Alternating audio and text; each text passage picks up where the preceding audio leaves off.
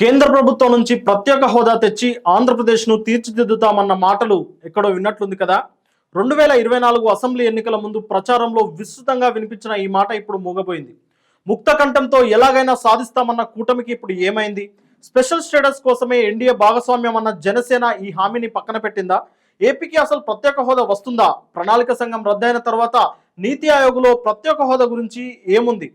Special status ఇవ్వలేరని తెలిసే ఈ హామీ ఇచ్చారా? దీనిపై విశ్లేషకులు ఏమంటున్నారో చూద్దాం.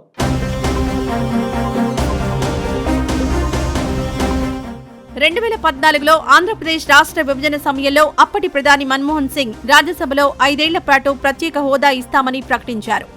బీజేపీ కూడా 2014 ఎన్నికల ప్రచారంలో ఏపీకి స్పెషల్ స్టేటస్ ఇస్తామని హామీ ఇచ్చింది. అలాగే 2019 ఎన్నికల్లో కూడా ప్రత్యేక హోదా ఇస్తామని వైఎస్ఆర్సీపీ హామీ ఇచ్చింది.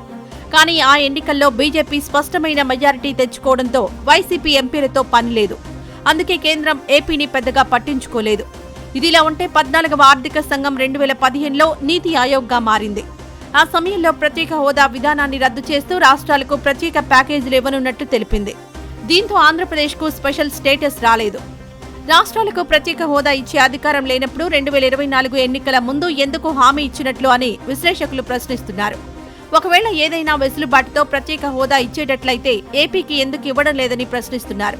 అసలు ప్రత్యేక హోదా విషయం గురించి అన్నీ తెలిసే జనసేన అధినేత, టీడీపీ అధినేత ఇద్దరూ కలిసి ప్రజలను మోసం చేశారా అని అడుగుతున్నారు. ప్రత్యేక ప్యాకేజీ మాత్రమే ఇచ్చే అధికారం కేంద్రానికి ఉంటే స్పెషల్ స్టేటస్ ఎందుకు ఇస్తా అన్నారు అనే ప్రశ్నకు సమాధానం చెప్పండి అంటున్నారు. ప్రత్యేక హోదా కాసేపు పక్కన పెడితే స్పెషల్ ప్యాకేజీ విషయంలో ఏపీకి వచ్చిందేంటి, కూటమి తెచ్చిందేంటి అంటూ ప్రశ్నిస్తున్నారు. ప్రత్యేక ప్యాకేజీ కింద జాతీయ ప్రాజెక్టులలో కేంద్రం 90:10 నిష్పత్తిలో నిధులు కేటాయించాలి. అయితే పోలవరం ప్రాజెక్టు జాతీయ ప్రాజెక్టు అని కేంద్రం ప్రకటించడం ఇదివరకే చాలాసార్లు జరిగింది, కానీ అది ఇంకా పూర్తి కాలేదు. అయితే కూటమి ప్రభుత్వం వచ్చిన తర్వాత 2024-25 కేంద్ర బడ్జెట్లో కొత్త రాజధాని నిర్మించడానికి 15,000 కోట్లను ప్రకటించింది. అంతేకాకుండా పోలవరం కూడా పూర్తి చేస్తా అని చెబుతోంది. దీంతో కూటమి సంతోషం వ్యక్తం చేస్తోంది. ప్రజలు కూడా గుడ్డిలో మెల్ల ఏదో ఒకటి వచ్చింది కదా అనుకుంటున్నారు. అయితే ఇక్కడ ప్రతిపక్ష పార్టీలైన వైఎస్ఆర్సీపీ నాయకులు కానీ, కాంగ్రెస్ పార్టీ నాయకులు కానీ ఎక్కడా స్పందించకపోవడం విడ్డూరమని విశ్లేషకులు అంటున్నారు.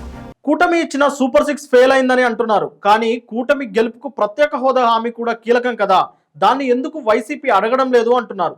అమరావతి శంకుస్థాపనకు ప్రధాని మళ్లీ వస్తారు, రాజకీయ స్పీచ్ దంచిపోతారు. ఏపీ బాగుండాలంటే కూటమి ఇలాగే పచ్చగా ఉండాలి అంటారు, కానీ జగన్ పై విమర్శించరు. ఇదేమి రాజకీయమో అర్థం కాదు. బహుశా అందుకేనేమో వైఎస్ జగన్ కూడా ప్రత్యేక హోదా గురించి ప్రస్తావించనిది. ఏదేమైనా ప్రత్యేక హోదా వస్తే రాష్ట్రం అభివృద్ధి జరిగి యువతకు ఉపాధి అవకాశాలు మెరుగుపడతాయని, వ్యాపార వాణిజ్య పరంగా బాగుపడతాము అనుకున్న వారి కళ కలగానే మిగిలేలా ఉంది.